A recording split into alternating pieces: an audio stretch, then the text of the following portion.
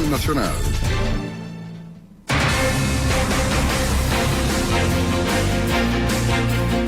Muy bien, seguimos. 7:39 en la mañana. El día viernes comenté el tema que va a ser materia de la siguiente entrevista.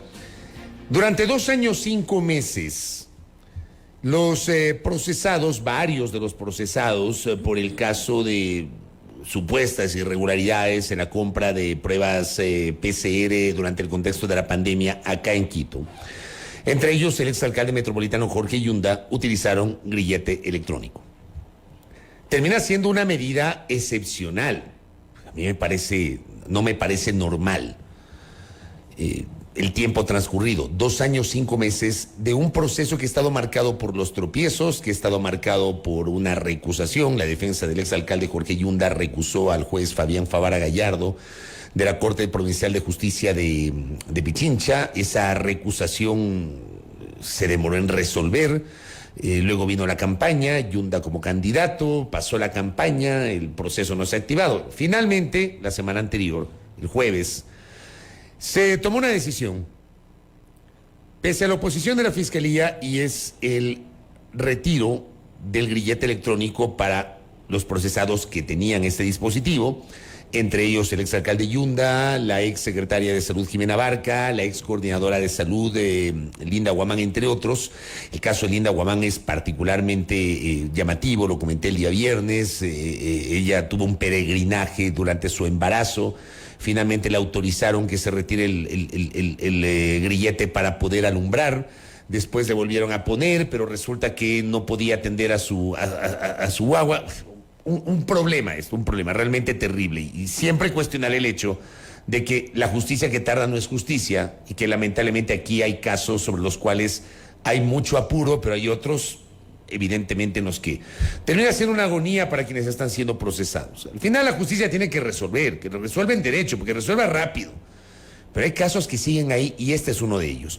Entramos en materia con la doctora María Dolores Miño. Ella es parte del Observatorio de Derechos y Justicia y es abogada de Linda Guamán, una de las abogadas de Linda Guamán. Doctora María Dolores Miño, bienvenida, buen día.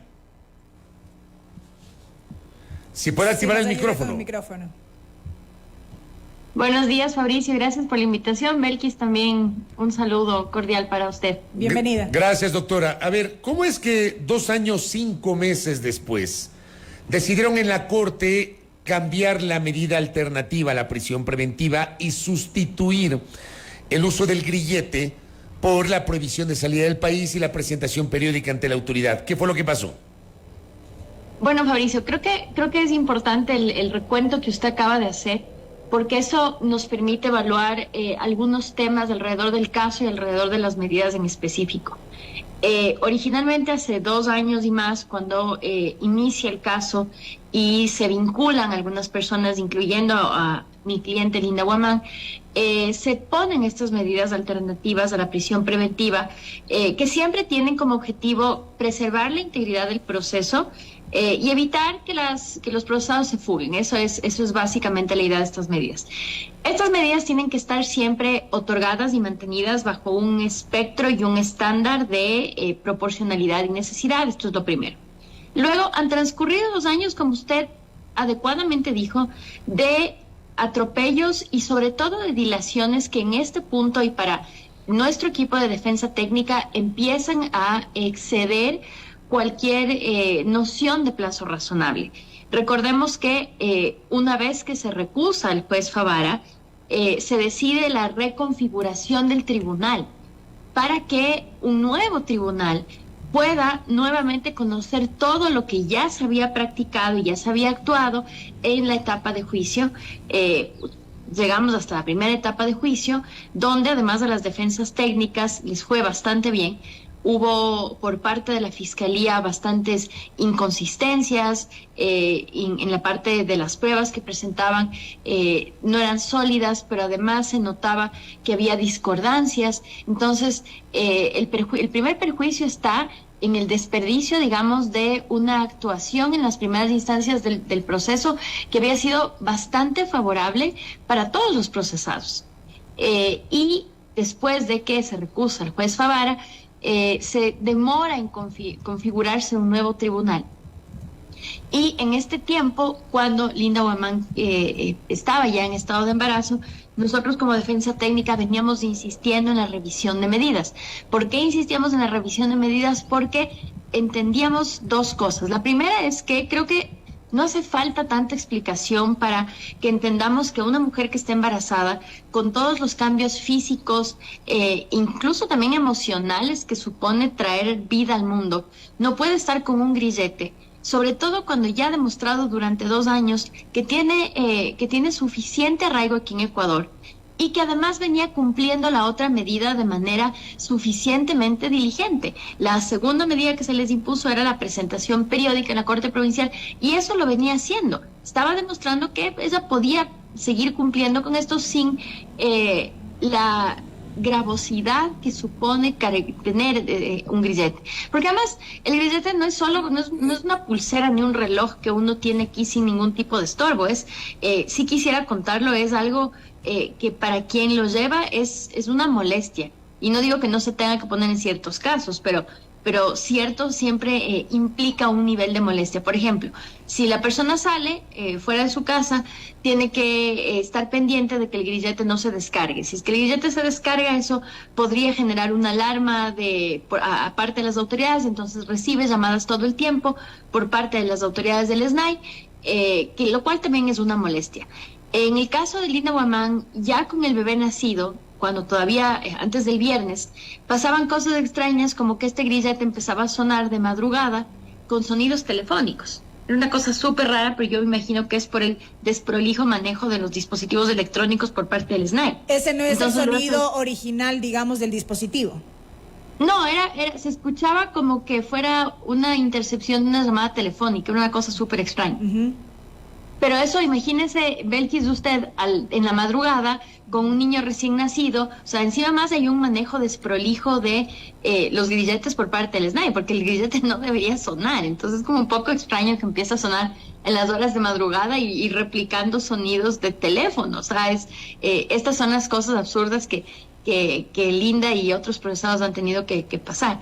Entonces, hace un par de meses, ante la falta de respuesta de la Corte Provincial con respecto a la solicitud de revisión de medidas, a pretexto de que no se había conformado un nuevo tribunal, etcétera, algo que no es para nada justificable ni atribuible ciertamente a los procesados, presentamos una acción de habeas corpus. Y la idea del habeas corpus era suplir la falta de respuesta de la Corte Provincial y lograr que se revise la medida a la luz de el pronto alumbramiento que iba a tener Linda Guamán. Efectivamente, ese habeas corpus se ganó. Había riesgos médicos, Linda tenía que someterse a una cesárea y había riesgos médicos con ciertos artefactos que tenían que usarse en el quirófano. Se le otorgó el habeas corpus, pero se ordenó que ella apenas se le dé de alta, se vuelva a poner el grillete. Y esto era absurdo y además constituyó, a nuestro criterio, una falta de motivación por parte del juez o el Tribunal Constitucional en ese caso, porque lo que nosotros habíamos pedido en ese caso es algo que ya se hizo finalmente el día viernes. Habíamos pedido que se revise la idoneidad y la necesidad de la medida. Es decir, que a la luz de los hechos del caso, tomando en cuenta que Linda Guamán es una mujer que acaba de dar a luz, que está con un bebé recién nacido, que tiene un trabajo aquí estable en una casa de estudios, que se ha venido presentando de manera rigurosa, periódicamente ha cumplido con estas presentaciones periódicas, sí, ante todo esto sigue siendo necesario que porte un grillete. En la decisión del habeas corpus, en primera y segunda instancia, este análisis ni siquiera se hizo, lo cual es súper grave porque finalmente una medida que ataca la libertad ambulatoria tiene que ser siempre susceptible de revisión en cuanto a su necesidad. Ya no era necesario mantener el grillete y a nosotros como defensa técnica nos congratula que finalmente la propia Corte Provincial, asumiendo las competencias que le corresponden, además porque al juez constitucional no le corresponde hacer esta revisión de medidas, finalmente haya realizado el análisis de la necesidad y la proporcionalidad de la medida a la luz de el evidente cumplimiento con las medidas de presentación que han demostrado varios de los procesados, pero además tomando en cuenta algo que es fundamental, que es que esta medida es una medida que tendría que ser, como su nombre lo indica, son de carácter preventivo. Una medida que es de carácter preventivo no puede extenderse por mucho tiempo y aquí tenemos que vamos más de 2 años como defensas técnicas y los procesados también, esperando que se reanude un proceso que, como Fabricio bien dijo, no observa la celeridad de otros procesos, porque en este caso ni siquiera hay el interés de reanudar las audiencias, a pesar de que, como digo, nos tocará empezar el proceso nuevamente desde cero. No hay visos de que vuelva a reanudarse o que se reanude desde cero las audiencias. María Dolores. Entonces esto implicaría que hay personas que van a tener que permanecer con esta medida de manera indefinida. Precisamente a propósito de esto que acaba de señalar, nada más para clarificar en qué momento del proceso nos encontramos, porque lo que ocurrió días atrás en efecto fue una revisión de estas medidas cautelares. Está estancado, nos dice, pero ¿en qué etapa nos encontramos? Recuerde, Belkis, que en septiembre de hace 2 años ya se inició el proceso, la audiencia, digamos, la audiencia de juicio, la audiencia oral. ¿Qué pasó? Tuvimos un par de meses de audiencia oral, donde se empezaron a practicar las pruebas, tanto por parte de Fiscalía en primer lugar, y con las defensas técnicas que de alguna manera trataban de refutar o contradecir esas pruebas. Y toda esta primera etapa, digamos, se anula el momento en que se concede la recusación contra el juez Favara. Había la posibilidad de que aquello no ocurra, pero finalmente la decisión fue que ante esto tenía que conformarse un nuevo tribunal y que este tribunal tendría que, foja cero, volver a ver toda esta primera etapa, que fue la etapa de presentación de pruebas por parte de Fiscalía. Entonces, al momento, para que la audiencia nos entienda en términos muy sencillos, estamos como si nunca hubiera habido un inicio de la audiencia de juicio en primer lugar. O sea, es como que no existiera el juicio en este momento. Exactamente. Entonces tenemos a personas engrilletadas por 2 años sin siquiera visos de una audiencia de juicio. Pero es una barbaridad, lo que está diciendo es una barbaridad. 2 años, 5 meses con gente con grillete, y usted nos dice que en este momento la etapa del juicio es como que no existiera nada. Exactamente, porque para todos los efectos queda anulitada, con la conformación de un nuevo tribunal que tendría que conocer, como digo, todo de foja cero. Y no hay fecha todavía para que se conozca. No hay fecha que se conozca y, como digo, la demora, parte de la demora en la revisión de las medidas fue precisamente porque este tribunal no lograba conformarse. Finalmente termina conformándose, también daba largas a las peticiones de revisión de las medidas que nosotros habíamos venido planteando.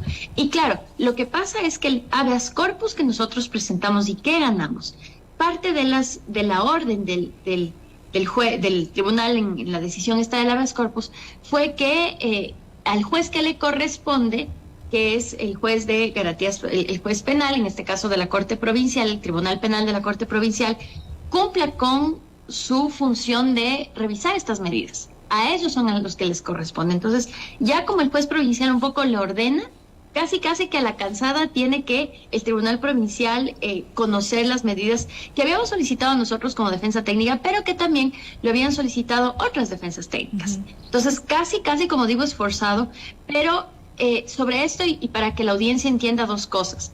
El tema de el retiro o la remoción de los aparatos de disposición, de los dispositivos electrónicos de seguridad, no quiere decir de ninguna manera que hay una decisión con respecto a la inocencia o culpabilidad de ninguno de los procesados. Lo único que se dijo ahí es desproporcional que una persona lleve este dispositivo con toda la carga que implica por 2 años cuando no hay visos de reanudar la audiencia. Correcto. En primer lugar. Y en segundo lugar, esta decisión de ninguna manera supone fijar o adelantar de ninguna manera la etapa de juicio que, como digo, fue nulitada por efecto de la recusación. Correcto, María Dolores. Al inicio de esta entrevista usted hacía referencia a la actuación de la Fiscalía y hablaba de inconsistencias y discordancias. ¿Usted se ratifica en lo señalado ya en el 2021 respecto de que el trabajo de la Fiscalía no ha sido técnico y que existe desconocimiento del área científica? Sí, ciertamente esto es algo que nosotros lo defendemos como defensa técnica, y es que cuando se monta un caso que versa o que gira alrededor de la calidad de un medicamento, que es un cuestionamiento muy válido a propósito, esos cuestionamientos tienen que estar respaldados con criterio científico y a la luz de ciertas normas vigentes en el país. En este caso, si es que el problema efectivamente giraba alrededor de la calidad de las pruebas, esa falta de calidad que se alegaba tenía que probarse de alguna manera. Y en el caso este que nos ocupa, nosotros hemos venido sosteniendo que, en primer lugar, la primera falsedad es decir que se trataban de pruebas chimbas o pruebas que tuvieran una calidad deficiente, cuando en realidad lo que ocurría es que estas eran unas pruebas tipo PCR con una modalidad de detección distinta, que no es lo mismo. Y que si uno ve los términos del contrato que decía pruebas PCR o similares, pues una prueba PCR con una modalidad distinta de detección entraba perfectamente dentro de esta descripción del contrato de la adquisición de pruebas PCR o similares. Entonces, la discusión que tenía que ser muy técnica, porque lo que se tiene que discutir y se tendrá que volver a discutir eventualmente es qué se entiende por pruebas PCR o similares, por un lado, y por otro lado, si es que esta prueba que adquirió, las pruebas LAMP que adquirió el municipio, entraban dentro de la categoría PCR similares. Nosotros sostenemos que sí, pero además que las pruebas han demostrado a nivel internacional, porque estas pruebas tienen y cuentan con registros de entidades de laboratorios de alta vigilancia, cuentan con estos criterios de calidad que exige la ARSA para dar un registro. No es como otros medicamentos que circulan en el mercado y que se adquieren por distintas entidades públicas, que son medicamentos que entran con registro del ARSA sin mostrar estos certificados de alta vigilancia. Esto sí pasa en el país, pero esto no es el caso de las pruebas LAMP. Entonces, para llegar a esas conclusiones se requiere de un rigor técnico bastante elevado, y en ese momento Fiscalía demostró que no tenía, más allá de un paper académico de una universidad que no tiene acreditación para ello, trataba de desbaratar la idea de que las pruebas, si bien no eran PCR tradicionales, digamos, eran pruebas que servían y que de hecho sirvieron para su propósito durante los tiempos del COVID. Pero digamos, ahí había una discusión respecto de los términos de referencia, que esas pruebas LAMP fueron traídas como si fuesen pruebas PCR y que por eso se activó la figura de peculado, doctora. Sí, efectivamente, Fabricio, si usted revisa el contrato, lo que dice es que se deberían adquirir pruebas PCR o similares. Estas pruebas son pruebas de detección molecular que son idénticas a la detección molecular PCR, pero la forma de detección es distinta, es a través de sistemas de luz, por eso se llaman pruebas LAMP. Pero si es que el contrato decía PCR o similares, entonces todas las pruebas que tienen un sistema de detección PCR, independientemente si se lo detecta por calor, por luz, por cualquier otro sistema, tendrían que entrar por lógica en esa categoría. Entonces, en realidad estamos frente a pruebas PCR, pero pruebas PCR cuyo mecanismo de detección era diferente que las pruebas tradicionales. Pero eso que usted está señalando, porque en el sector público usted sabe que hay unos términos de referencia de cumplimiento obligatorio. Esta explicación que usted está señalando, doctora, ¿consta en los términos de referencia o hay alguna diferencia que provoca todo este caso? Sí, efectivamente, en el contrato, como digo, se establece que tienen que ser pruebas PCR o similares. Entonces, cuando uno lee pruebas PCR o similares, lo que quiere decir es que podían ser las pruebas PCR tradicionales u otras pruebas que tengan similares características como fueron estas. Entonces, en realidad no hay ningún incumplimiento del contrato aquí. O sea, el contrato se cumplió. Se cumplió. ¿Y por qué empieza ya? Si es así, entonces, ¿cuál es el argumento que provoca la génesis de este caso que, como usted bien lo ha notado en esta entrevista, estamos en una etapa en la que parecería que no hay nada, que no hay juicio, pero hay un proceso? Hay un proceso, hay una etapa de juicio que está pendiente de abrirse, y no voy a decir reabrirse porque para efectos legales todo lo que se actuó anteriormente, para efectos jurídicos no existe. En este momento lo que se discute o el argumento de la Fiscalía es que estas pruebas, al ser PCR LAMP, porque en las descripciones, incluso en los catálogos de las pruebas dice PCR LAMP, no satisfacerían los criterios de compra. Pero como digo, el contrato dice otra cosa, dice pruebas PCR similares. Entonces, el argumento es que se compró otra cosa distinta a lo que estaba en el contrato, que nosotros sostenemos que no es, y ahí está el expediente judicial para que quien le interese pueda revisarlo y pueda verificar que efectivamente estábamos frente a pruebas de detección tipo PCR, que el sistema de detección de estas pruebas era distinto al sistema tradicional que habitualmente se usaba, que ese sistema de detección distinta no evita ni impide que sigan siendo pruebas de detección de polimerasa, la P es por polimerasa, ambas pruebas tienen sistemas de detección a través de la utilización de la polimerasa, por lo tanto cumplen con la calidad PCR y que además la calidad en realidad no está en controversia. La calidad o la efectividad de las pruebas no está en controversia. Lo que estaba en controversia si era o no era PCR, y era una prueba PCR que utilizaba polimerasa a través de un sistema distinto que era la detección por luz. Y aquí, por ejemplo, nuestro oyente Carmita Aliaga, quien envió un abrazo, me tiene la gentileza de explicarme. Dice, no son términos de referencia, se usa para servicios, son especificaciones técnicas, que es lo que se aplica en este caso. Y este tema que usted dice, de la polimerasa, ¿no termina eso de alguna manera yendo en contraposición a las especificaciones técnicas que motivaron la compra de estas pruebas, doctora? Es que en realidad no, Fabricio, porque posiblemente podríamos discutir si es que esas especificaciones estaban bien redactadas. Pero si es que uno ve las especificaciones y el contrato, uno va a ver que en realidad lo que se pedía eran pruebas de detección a partir de polimerasa, es decir, pruebas PCR, y eso fue efectivamente lo que se compró. Más allá de que estas pruebas se llamen LAMP, porque esta enzima de la polimerasa se activa a través de un sistema de luz. Ambas pruebas utilizan esta enzima polimerasa como mecanismo de detección. Y entonces, en la medida de que haya polimerasa, es una prueba PCR, entonces eso fue lo que se adquirió. Yo le pregunto a usted, si en este caso se encuentra en esta etapa, ¿esto podría extenderse al infinitum o qué va a pasar, doctora? Yo creo que ya se ha extendido ad infinitum, se ha extendido más allá de lo que cualquier persona medianamente razonable podría aceptar. Pensemos que hay personas de tercera edad aquí, pensemos que hay padres de familia involucrados, personas que a nuestro criterio han sido injustamente procesados en este caso y que siempre reconociendo que es importante y que es válido que ante sospechas de actos de corrupción la Fiscalía y los operadores de justicia actúen de manera diligente.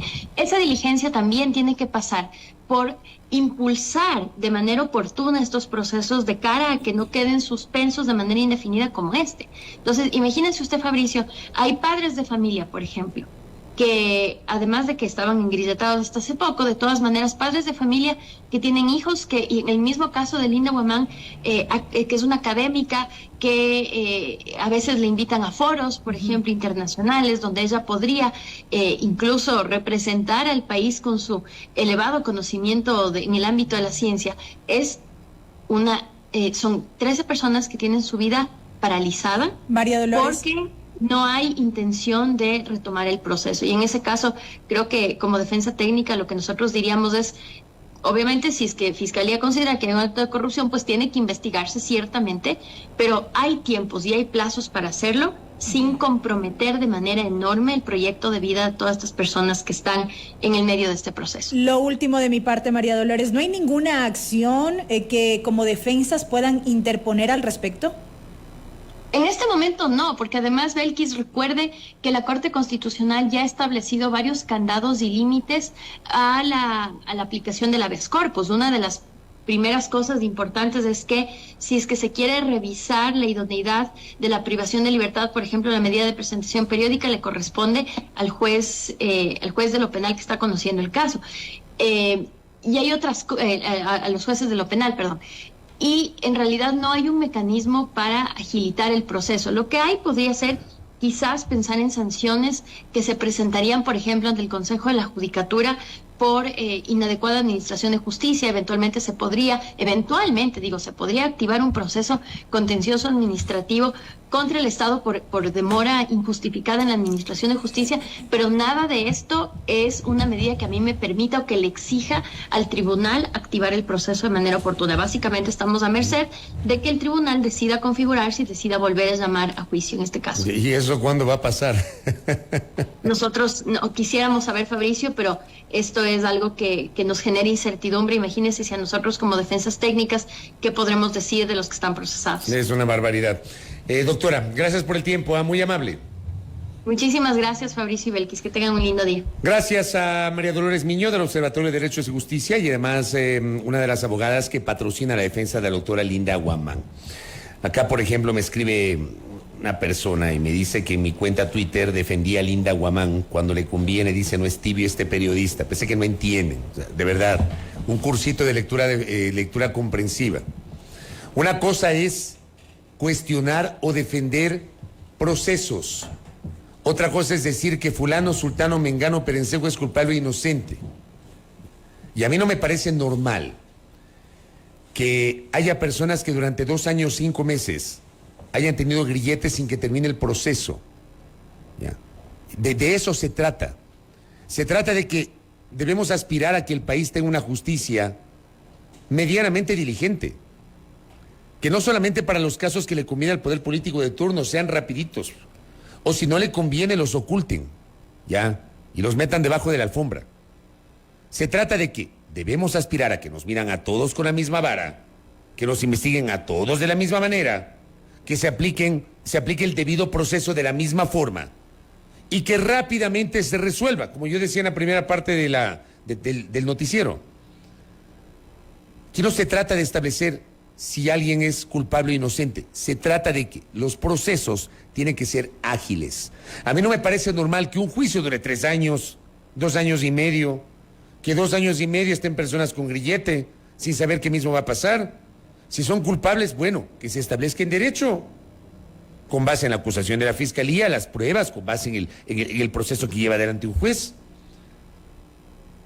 Y a mí no me parece normal eso. Ese era mi comentario respecto a la doctora Guamán, que además su caso termina siendo muy particular porque ella estaba embarazada. Y conozco el caso de Linda Guamán, hizo un peregrinaje para que pueda alumbrar sin el grillete, para que pueda dar a luz sin el grillete. Son cosas que lamentablemente no entienden algunos. Yo por eso digo, cada quien entiende lo que quiere y cómo quiere. Lo mismo me dijeron el otro día sobre el caso Gabela. Los unos y los otros me atacaron. Y hay un poco aquí de investigadores y de Sherlock Holmes que ya resolvieron el caso Gabela. Es que es increíble. Deberían trabajar en la policía o en la fiscalía, pues son unos genios y ya resolvieron el caso Gabela. Entonces los que defienden al correísmo me atacan, los que son antipáticos con el correísmo igualmente me atacan. Cada quien entiende lo que quiere entender. Así de simple.